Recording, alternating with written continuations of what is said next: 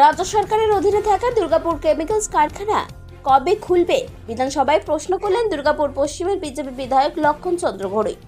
BJP বিধায়কের অভিযোগ, তার প্রশ্নের উত্তর দেওয়া হয়নি।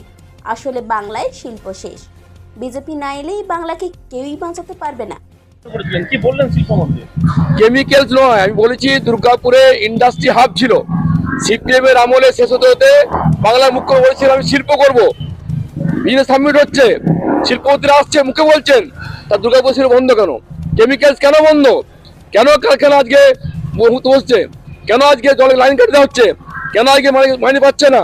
কেন আজকে দুর্গাপুর কেমিক্যাল আর দুর্গাপুর ডিপিএল একের পর এক কারখানা বন্ধ? শিল্পমন্ত্রীর উত্তর নেই। উনি বললেন পরে জানাবো, পরে মানে কি উত্তর নেই? উত্তর নেই ওনার কাছে, না মুখ্যমন্ত্রীর কাছে আছে, না শিল্পমন্ত্রীর কাছে আছে। দুর্গাপুর শেষ, বাংলা শেষ, ওটু করে শেষ করছেন। আর কয়েক মাস চালিয়ে নিন, বাংলায় বিজেপি না এলে এই বাংলা বাঁচবে না, এই বাংলা বাঁচতে পারে না, এই বাংলা শেষ হয়ে গেছে, কি বলার নেই।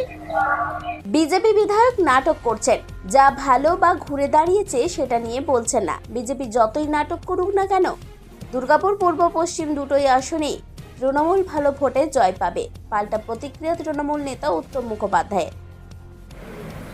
দেখুন, আমি নিশ্চিতভাবে বলতে পারি যে 34 বছরের শাসনকালে দুর্গাপুর প্রজেক্ট লিমিটেড কারখানা তিনি সামনে জানেন যে সে জায়গায় ঘুরে দাঁড়িয়েছে।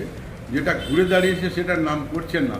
আর বেঙ্গল কেমিক্যাল সম্বন্ধে কথা বলে তিনি আবার আর একটা নাটক তৈরি করে দামামা বাজিয়ে ভাবছেন ভোট পার করব।